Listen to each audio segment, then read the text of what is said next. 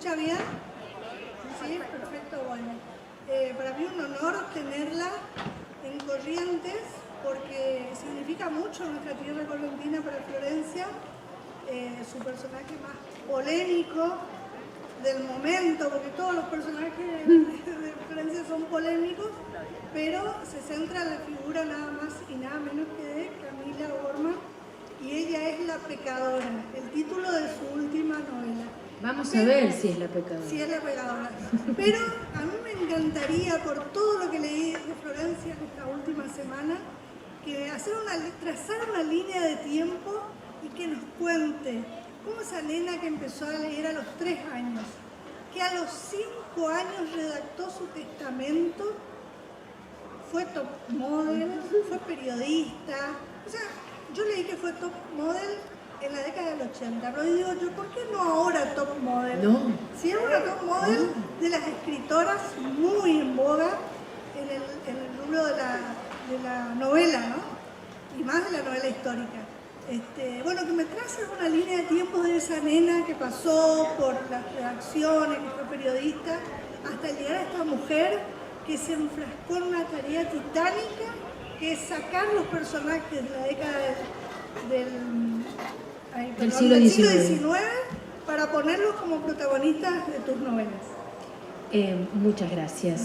Gracias, Corrientes, por recibirme una vez más. Y ¿qué te puedo decir? Me parece que la historia en general es un concepto que me convoca desde muy chica, y sí, eso que contabas, que aprendí a leer a los 3 años, que quise ser escritora a los 6, un disparate, y que empecé una novela decimonónica, además, una ridícula, cuando era muy chica, y que también escribí mi testamento, pero todo eso estaba influenciado porque lo que yo soy básicamente es una lectora empedernida, ¿no? Y entonces aprender a leer a los 3, porque yo veía que mis papás leían y que yo los veía tan entusiasmados y enfrascados en su lectura, y seguramente como me mirarían poco y yo demandaría atención y ellos estaban atendiendo sus lecturas, dije, yo debo hacer lo mismo que ellos. Y eso que hacen ellos es tan interesante para tenerlos ahí atrapados. Bueno, me enseñó mi abuela a leer con las letras de los diarios y aprendí a leer.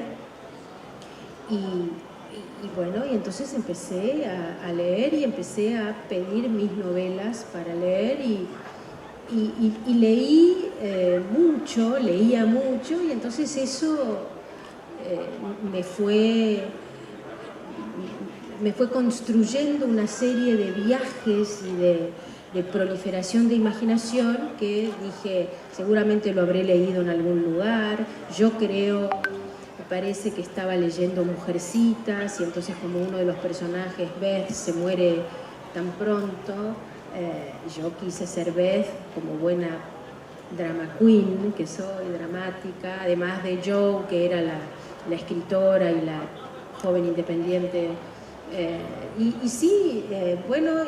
Y me parece que la vida es experiencia, es experimentar, y he sido atrevida, sigo siendo bastante atrevida, me lanzo a tratar de concretar esos proyectos o esos sueños que tengo, y bueno, no sin mucho trabajo, digamos, no es puro empeño, sino que también es puro trabajo.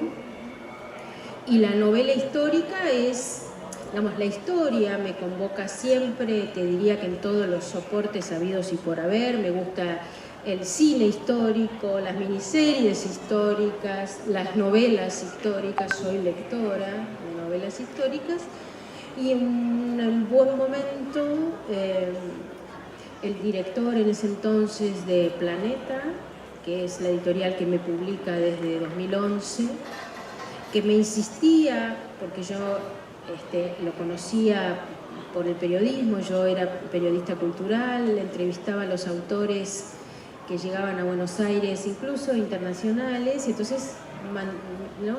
Armamos un vínculo con él, que después fue director, era primero jefe de prensa, Nacho Iraola, y empezó a insistir con que cuándo vas a escribir para nosotros, cuándo vas a escribir para nosotros, y yo no me parecía que tuviera nada para escribir, hasta que dije, bueno, ¿por qué no escribir la historia de Remedios de Escalada? Claro que soy descendiente de Remedios, y entonces inmediatamente dijo que sí, y ahí empezó este camino, y me fue muy bien con esa novela que fue Pasión y Traiciones, Pasión y Traición, la novela de San Martín y de Remedios, y me di cuenta que ese era mi país y que yo no me iba a ir más, que a mí nadie me iba a desterrar de ese país, que era la novela histórica o el siglo XIX.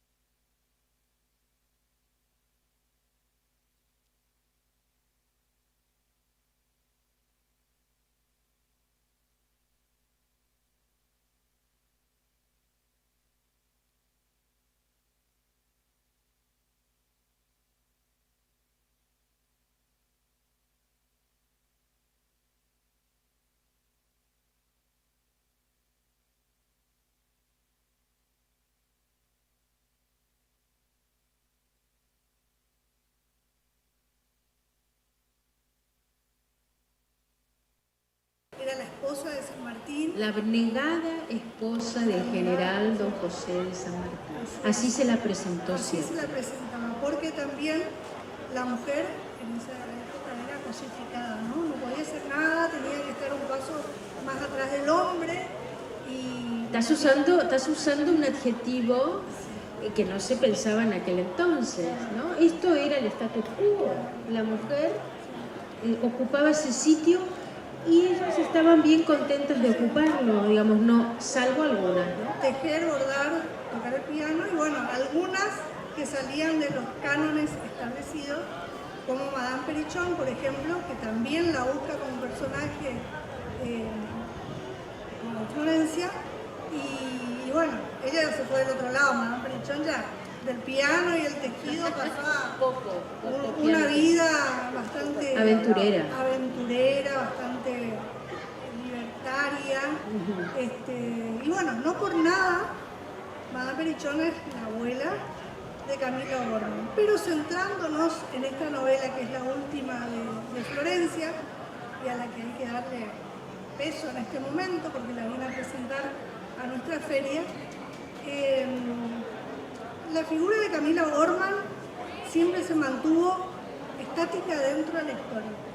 Sí. La han tocado todos los historiadores con muchísimo respeto y sin faltarle el respeto a los protagonistas de una película que también la hemos visto y la hemos disfrutado todos, que fue Camila con su Supercoraro y Imanol Arias. ¿Quién no quiso ser la Camila de la película? Solamente por estar con Imanol. Ajá. Solamente para estar con Imanol. La mujer que dice que no miente, ¿eh? Bueno, y acá no estamos para mentira. Estamos para contar las verdades de una época, estamos hablando del siglo XIX, del año 1820, cuando nace Camila. Y es una jovencita de 20 años que se enamora de un sacerdote. Bueno, no se moleste, no, claro, no se moleste, vamos a ser benévolos.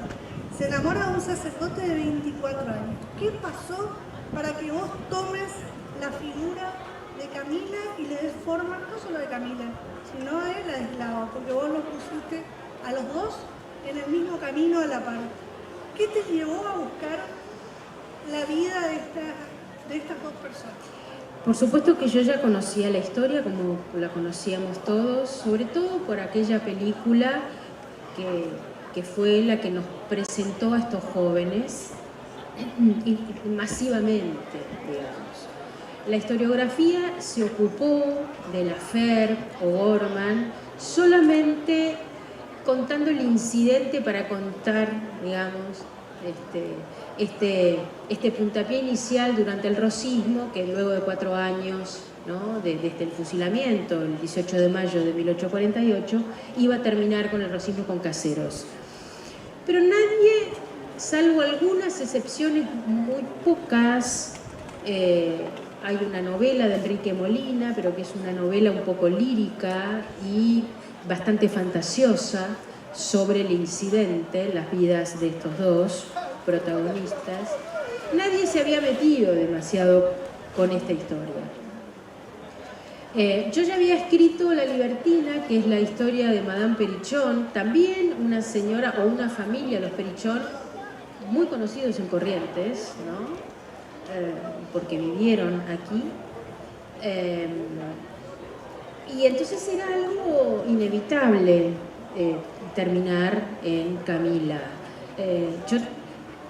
Por supuesto que esta historia trágica, casi shakespeariana, a la criolla, merecía el desarrollo y la amplitud de una novela.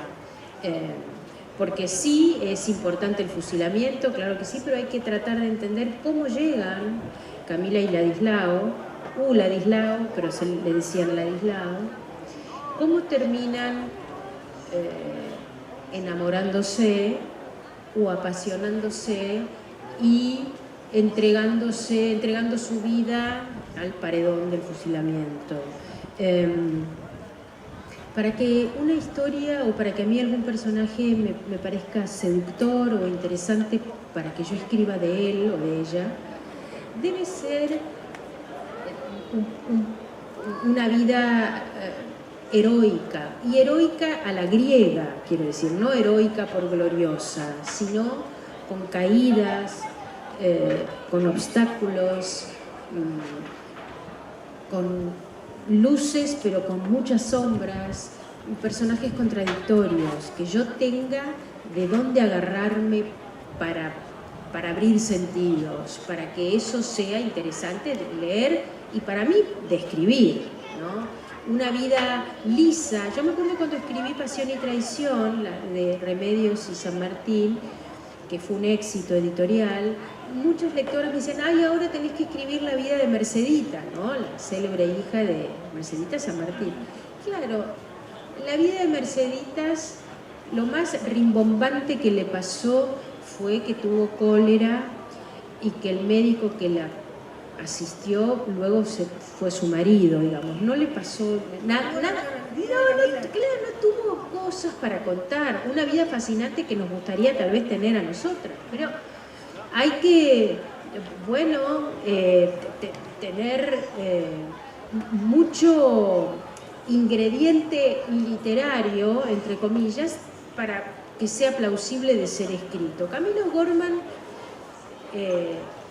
no solamente tiene todos esos ingredientes, sino que tuvo una vida de una intensidad feroz. Tan intensa fue que fue fusilada a los 20 años, apenas cumplió 20 años. Con esto quiero decir, su abuela, que fue una mujer desafiante, revolucionaria, transgresora y demasiado moderna para su tiempo, ¿no es cierto? Fue espía, hizo lo que quiso, se casó con un señor, pero tuvo muchos amantes, y amantes importantes, digamos. No es que se iba a la cama porque le gustara un señor, sino porque negociaba supervivencia con esos señores. Ella defendía su causa. Ninguna, claro.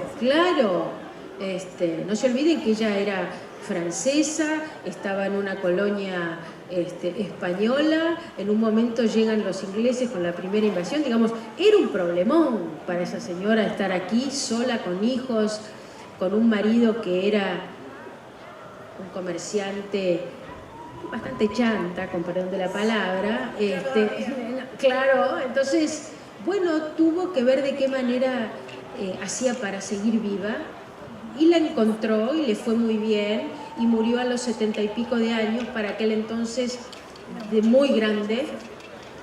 Y en cambio su nieta, que tal vez emulando el coraje de su abuela, trató de replicar esta forma de vivir, ¿no? Enamorarse de un hombre prohibido no era poca cosa en aquel entonces. Un hombre prohibido porque era sacerdote, ¿no? El padre Gutiérrez era un hombre prohibido. Supongo que enamorarse de un hombre prohibido traía un sabor bastante más inquietante, ¿no? Si Gutiérrez no hubiera sido sacerdote, no sé si se hubiera enamorado.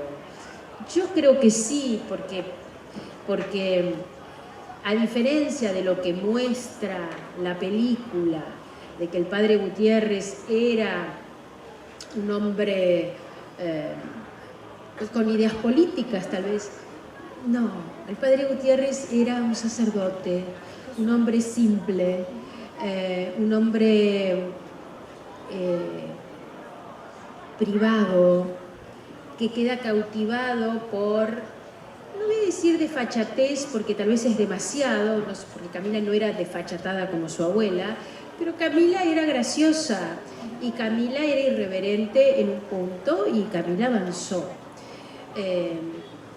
Y él era un hombre un poquito más recoleto, era un sacerdote.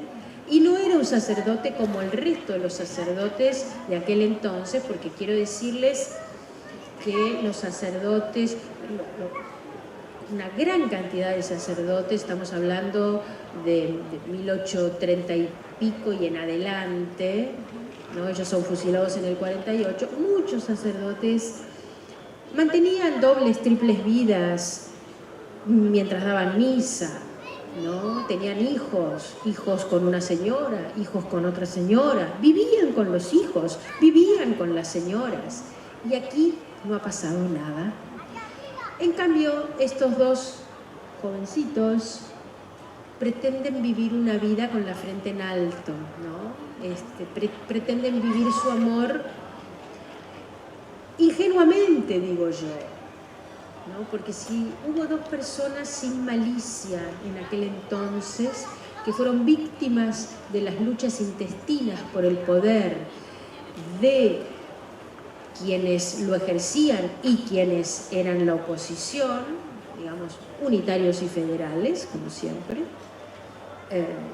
fueron estos dos chicos que eran de una bondad inconmensurable y supusieron que podrían escaparse del aparato del Estado, del gobernador, de Juan Manuel de Rosas, y del territorio entero, y podían inventarse identidades, transformarse en maestros en Aquí No Más, en Goya, y vivir una vida felices y contentos como pareja. Es de una ingenuidad pasmosa, ¿no?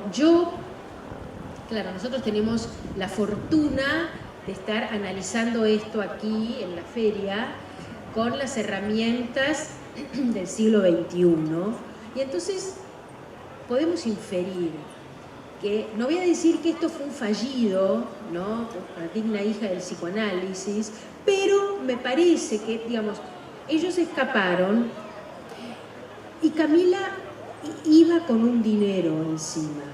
Camila pertenecía a una familia pudiente de Buenos Aires, tenía unas joyas en su poder y dinero. Podrían haber comprado unos pasajes y escaparse en serio.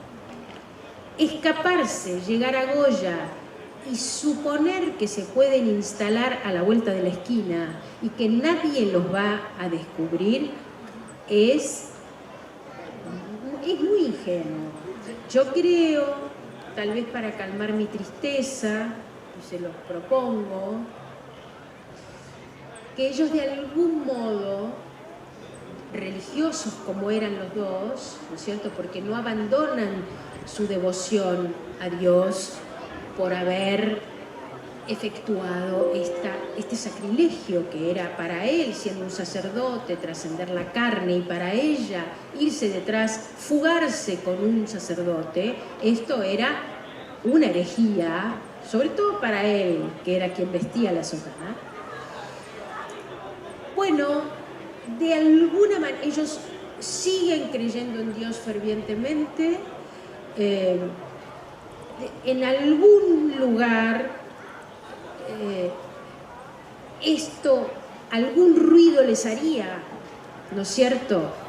Y entonces tal vez con esta insistencia religiosa casi mística, suponer que la muerte los redimirá para poder vivir ese amor en el cielo, porque es demasiado para ser vivido en la tierra, junto a Dios.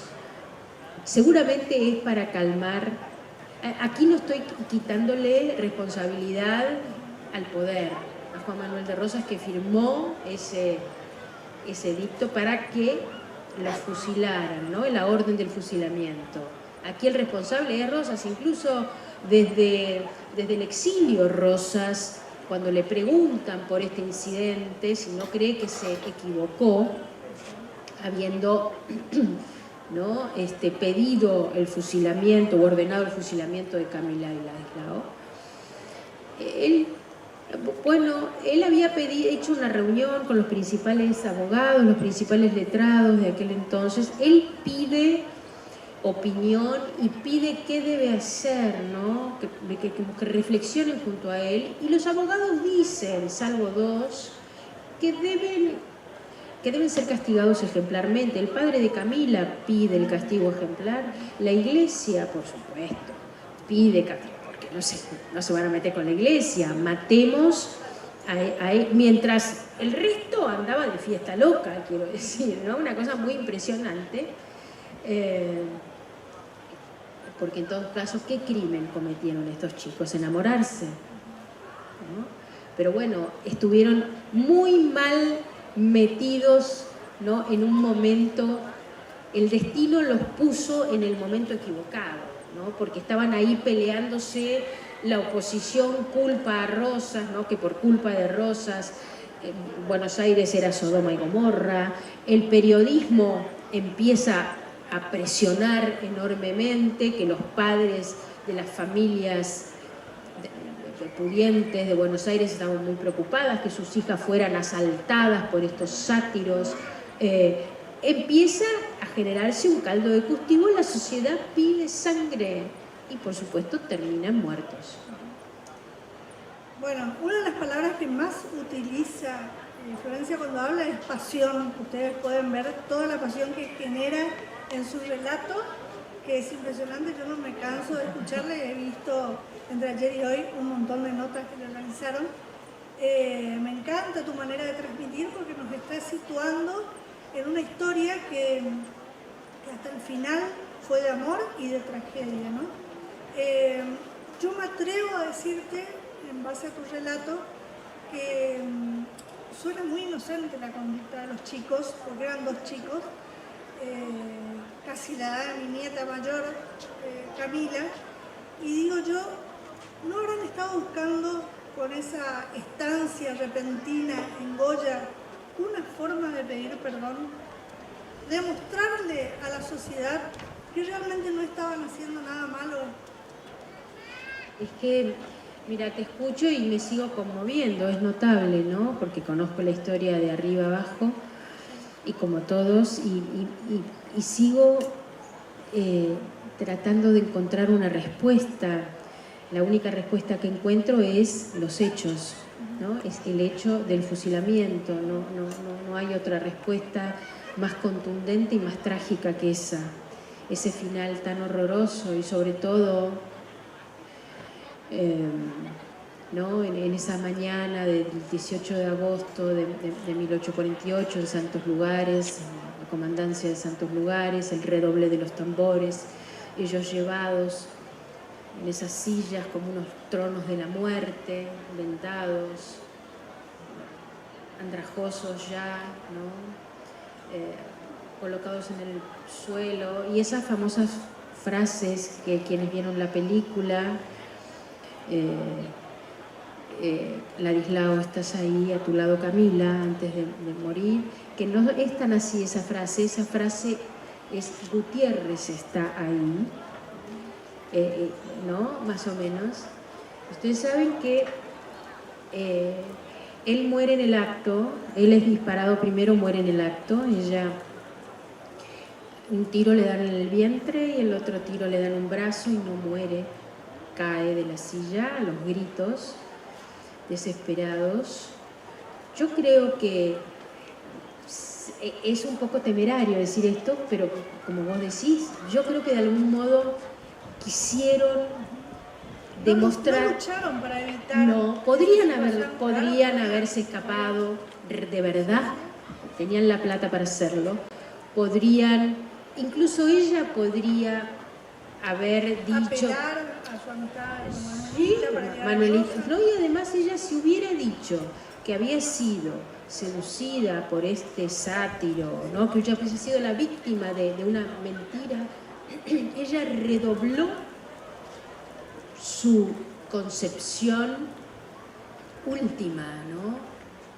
Ella no se puso como víctima, sino como mujer que toma una decisión sabiendo lo que hace, entonces por supuesto cayó en la volteada. Yo creo que Gutiérrez hubiera querido que ella se salvara, ella estaba embarazada, además. Entonces, yo creo que sí. Bueno, ¿no? Todo crimen conlleva un castigo y de algún modo él, que en definitiva el que pecó fue él, que era el sacerdote, ella no, solamente fugarse. Exacto. Pero bueno, pero insistieron con ese amor, insistieron, yo creo que inconscientemente, el inconsciente no existía en aquel entonces, pero inconscientemente se donaron a la obviedad del encuentro, ¿no? En aquella reunión que realizaba el comisario en Goya, en esa fiesta, y el padre Ganon, otro sacerdote, lo ve y lo delata, ¿no? Un hombre, un compañero de... Que quizás no estaba en condiciones de delatar. Seguramente no estaban, no, seguramente, pero bueno, ya estaba todo el país anoticiado de este asunto y andaban todos buscándolos.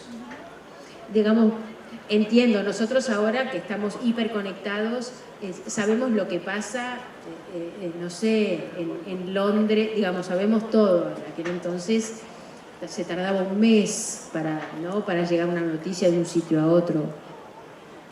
Pero de mucha ingenuidad, por eso esta bondad casi de religioso, él no, pero ella casi como una suerte de monja laica, era una chica, era catequista, pero tocaba el piano y leía, era una chica despierta, una chica curiosa, pero bueno, con este final tan espantoso para nosotros. Para ellos, yo que leí un momento, entran como que ver con el fuera de la razón. No voy a decir la locura, pero no hay racionalidad ahí. Es entrar en otro estadio que yo desconozco, pero que esta novela, cuando yo digo, a mí esta novela me cambió para siempre, me hizo descubrir otros modos de ver la vida. Yo siempre fui tal vez muy taxativa y muy definitiva, y esas elecciones que ellos hicieron y haber investigado y estudiado bastante son asuntos medievales desde allí atrás, entré en otro, digamos, en otra modalidad menos definitiva y más amplia, ¿no? Más flexible, eso. fíjate, Florencia, que vos lo dijiste muy bien en un reportaje, que las señoritas de esa época pasaban directamente de la niñez al matrimonio. Sí. Las parejas eran impuestas, así que otro pelo más para endilgarle a Camila, Culina. Había muchas que sí, porque pienso en Remedios de Escalada, no se casa con el candidato indicado, sus padres le habían, ¿no? Ya le habían otorgado casi un contrato prematrimonial con Gervasio Dorna, y cuando lo conoce San Martín dice, tenía 14 años, de ninguna manera, yo me quiero casar con este señor que era un ignoto. ¿Y este quién es? San Martín. Lo logró. Hubo otras mujeres que no lo pudieron lograr. Mariquita Sánchez de Thompson desplegó de Mendeville, le manda una carta al virrey y dice, de ninguna manera me voy a casar con este vejete que quiere mi padre, me quiero casar con Martín de... y lo logra. Bueno, hubo mujeres que se sintieron incómodas con algunas normativas. Camila, por supuesto, es un desafío detrás de otro y es un retobe detrás de otro, ¿no? Desafía al padre, ¿no?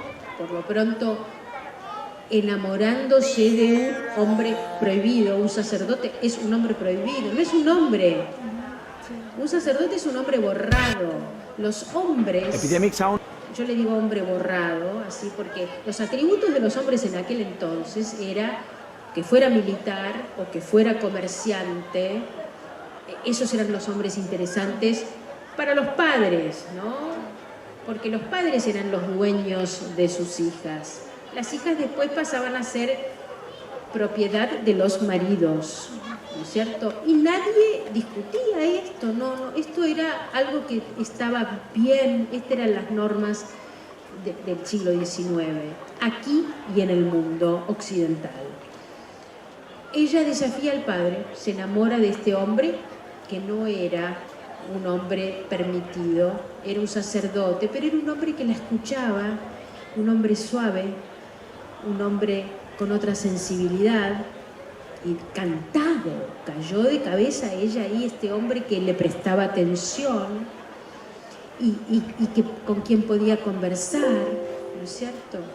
Y además un hombre ya instruido para escuchar, un confesor. El confesor está instruido, está ya preparado para escuchar la confesión. Y ella se confesaba sin el confesionario de por medio. Después sí usa el confesionario para decir lo que no debe. Padre, estoy enamorada. ¡No!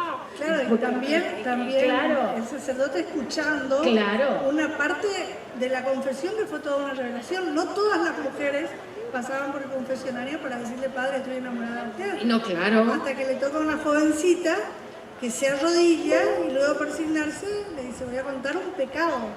Estoy enamorada. Estoy enamorada. No dice de usted, pero era una obviedad. Le insinúa, claro.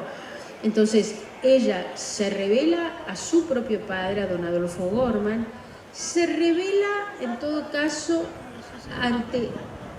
ante Dios, porque se enamora de un hombre prohibido, digamos, ella era una chica católica y tiene acceso carnal con un sacerdote. Eso es un desafío grande para una jovencita religiosa, y además se revela contra el Dios en la tierra, que era Juan Manuel de Rosas. Era todopoderoso con Rosas en el territorio. Entonces, una atrevida que no me dio consecuencias, porque su abuela, en todo caso, que era la atrevida mayor, fue una mujer más inteligente, ¿no?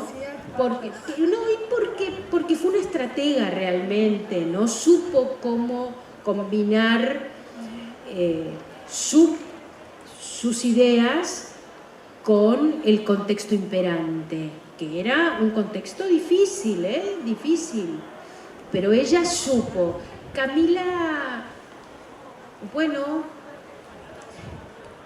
supongo que Madame Perichon, su abuela, era una señora más grande y no tenía un padre tan represor o tan apretado como fue Adolfo O'Gorman, que era el padre de Camila y era el hijo de esta señora.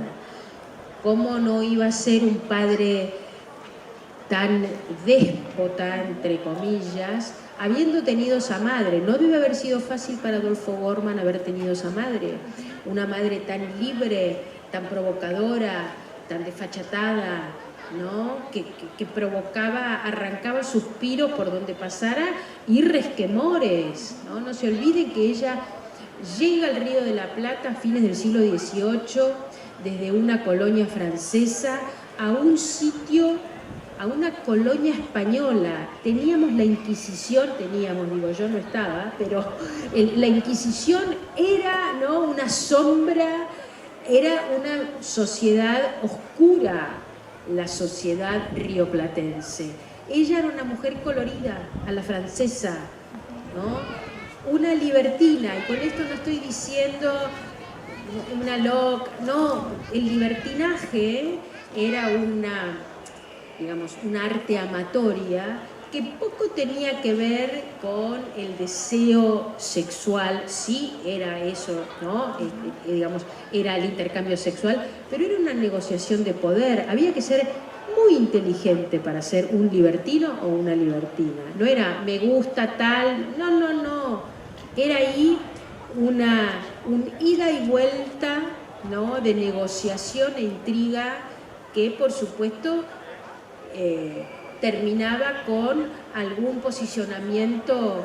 Digamos, Madame Perichon fue amante de hombres importantísimos, porque estaba intentando mantener su vida, porque, bueno, era muy difícil ese momento, ¿no?, para una francesa en el Río de la Plata, casada con un irlandés, que trabajaba para la corona inglesa, que trabajaba para los franceses, pero que en definitiva trabajaba para ella, ¿no? Y Camila, bueno, esto no lo vivió, porque era hija de un hijo de esta señora, pero la movilizó. Sí. Y el temor fundado del padre, ¿no?, de cuidarla de posibles tentaciones como había tenido la madre, y tener más cuidado en las restricciones, porque lo sabido es que cuanto más te prohíben, más te intriga, ¿no? Y así habrá llegado a la de Grau. Quiero imaginar la escena, la hemos imaginado miles de veces, y a medida que más la imaginamos vamos cambiando el curso de esa historia estática que se moviliza a partir de nuestro pensamiento, de nuestro sentimiento, que va cambiando con la época también. Como vos decís, es fácil hablar ahora, claro, de lo que pasó hace 200 años, pero es muy difícil centrarse en lo que fue ese tiempo para poder entender desde nuestra visión ahora. Que nosotras seríamos unas libertinas, hablando acá de lo que hacemos, de lo que escribimos. Es que seguramente yo recomiendo tratar de emprender ese viaje con esas ropas decimonónicas y quitarse la modernidad de encima, porque si no hace ruido, ¿no? Uno está todo el tiempo pensando que tal fue un abusador y que tal otra fue abusada. Digamos, esto era, por supuesto que yo condeno que un hombre avanzara violentamente sobre una muchacha, pensándolo desde la actualidad. Claro que sí, ¿no? Si me dicen, Remedios tenía 14 años, San Martín tenía 34, bueno, no, realmente no. Pero esto era una práctica habitual, y entonces no nos conviene porque nos perdemos los aires de época, ¿no? Nos perdemos la investigación real de lo que fue. Por supuesto que para una joven, hablando de las clases altas, ¿no es cierto? Porque las clases más bajas tenían mucha más libertad, venían con otras libertades, hacían bastante lo que querían. Exactamente. Claro. En cambio, las chicas eran siempre muy controladas. Por lo pronto, además, había que casarlas. Por eso esta insistencia de encontrar un candidato de cierto linaje, porque las hijas mujeres no heredaban a los padres, heredaban los hijos varones. Entonces, si un hombre de fortuna moría, sus hijos varones heredaban esa fortuna. Las hijas mujeres, si no estaban casadas, se quedaban en la calle. Entonces, por eso los padres, digamos, para tratar de entender cómo es posible que este malvado quiera que se case con tal, es que el hombre veía, seguramente yo para poder defender alguna cuestión, ¿por qué tal o cual quería que su hija se casara con este viejo que no sé cuál? Porque tenía plata y suponía que cuando él estuviera, le aseguraban un futuro, ¿no? Porque si la mujer quedaba, la hija mujer quedaba soltera, si tenía por ahí suerte de que tuviera un hermano generoso que la hospedara en su casa y la mantuviera, bueno, pero por ahí no lo tenía. Entonces podía por ahí terminar sus días en el convento o donde fuera. Ustedes saben que cuando en el 58, creo, o en el 54, no recuerdo bien los años porque ya me hago una confusión de años, pero se inaugura una suerte de hospital de mujeres en Buenos Aires, de mujeres insanas, ¿no? ¿Qué sería la insanía, qué sería la locura en el 54, en el 58? Y ahí iban a parar, estamos hablando después del rosismo, cae el rosismo, y ahí iban a parar las mujeres, y algunas mujeres que quedaban, mujeres de la sociedad, que quedaban solteras o viudas y sin un peso, ¿no? La hermana de Bernardino Rivadavia fue a instalarse a este suerte de hospital de insanía, donde también recibían casi, no porque estuvieran insanas, sino porque estaban desvalidas y solas. Llegó la hermana de Bernardino Rivadavia ya grande con su criada a terminar su vida ahí en este sitio. Porque, digamos, la vida de las mujeres de las élites en el territorio tampoco era tan fácil, porque dejaban de ser propiedad del padre para ser propiedad del esposo y después ser propiedad de los hijos varones, ¿no? Las mujeres siempre eran propiedad de algún señor en cuestión. Por eso, cuando no estaba ese señor en cuestión, era una vida, por más que hubiera nacido en cuna de oro, era una vida complicada para las mujeres. Después esto fue evolucionando, digamos, después pudieron heredar, ¿no es cierto?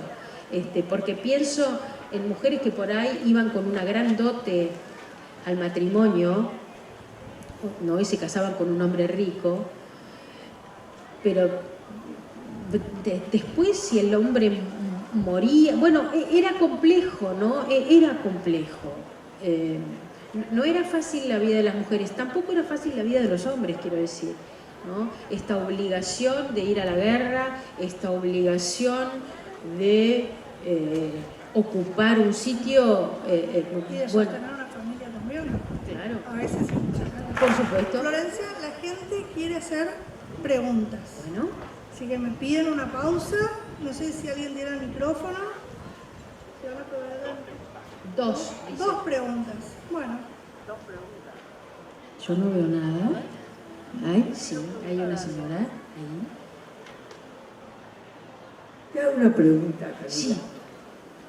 Todas fuimos lectoras y nos ha encantado justamente esta historia, ¿no? Te hago una pregunta. Se decía que Juan Manuel de Rosas estaba muy interesado en ella, en Camila. ¿Es verdad eso? No. No. Me sacás esa duda. Te saco esa duda. Vos sabés que algunos rumores decían que él la manda a matar en despecho porque ella lo había rechazado, porque él había querido avanzarla.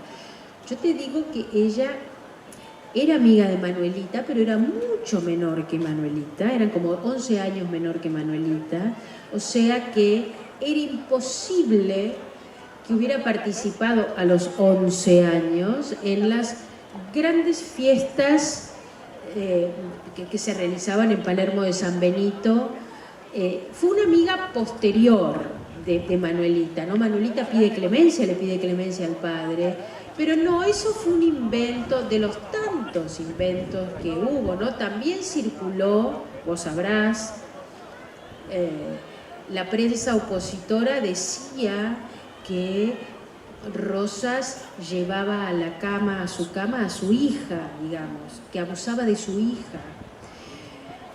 Rosas era un figurón, ¿no? Rosas era un cabrón, era un tipo, es más, un gran provocador, pero tampoco, y sí tuvo amoríos con muchas señoritas, pero no, eso no fue así, no, con Camila no, con otras sí.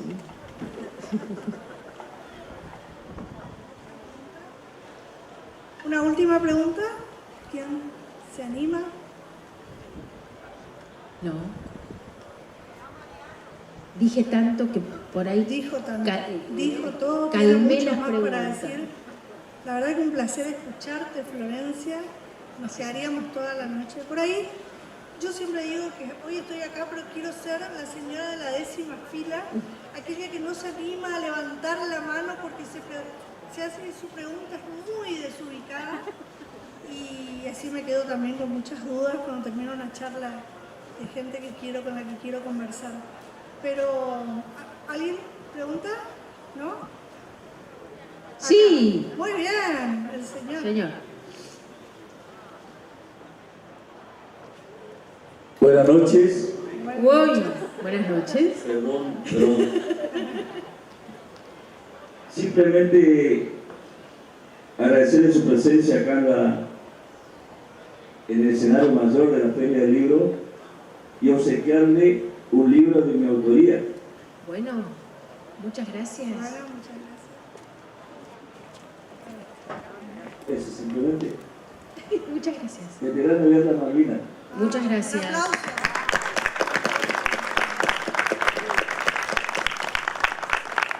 Bueno, vamos a dar por finalizada la charla. Florencia, fue un placer compartir la mesa con vos.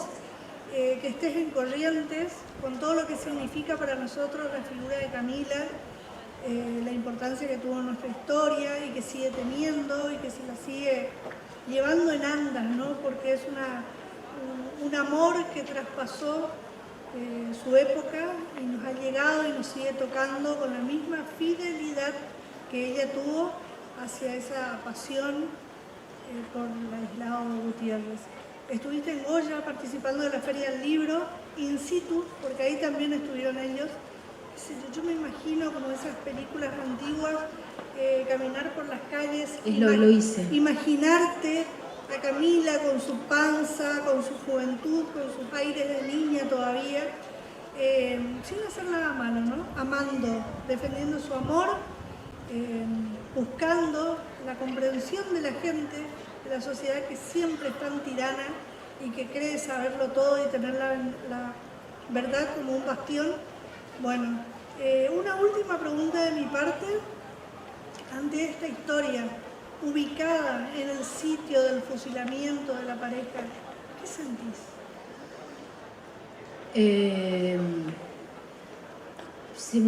Me sigue emocionando, no sé muy bien por qué.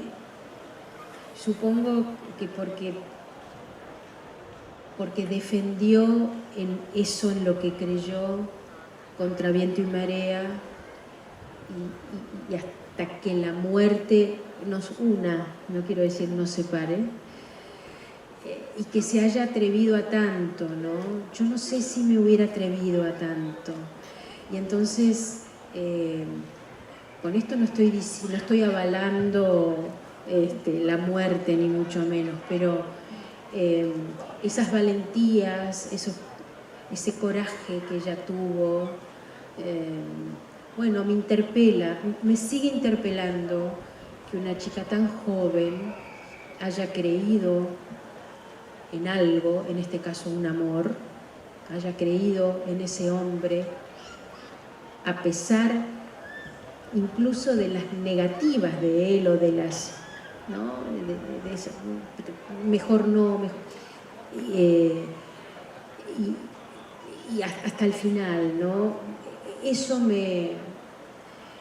seguramente me interpela y me cuestiona hasta dónde sería yo capaz de llegar por algo, por alguien. Y me gustan las personas corajudas, valientes, y yo celebro eso, ¿no? Y me gustaría vivir en un mundo de hombres y mujeres valientes y corajudos y amorosos, claro. Florencia Canale, autora de La pecadora, la vida de Camila Borman. Fuerte, fuerte los aplausos.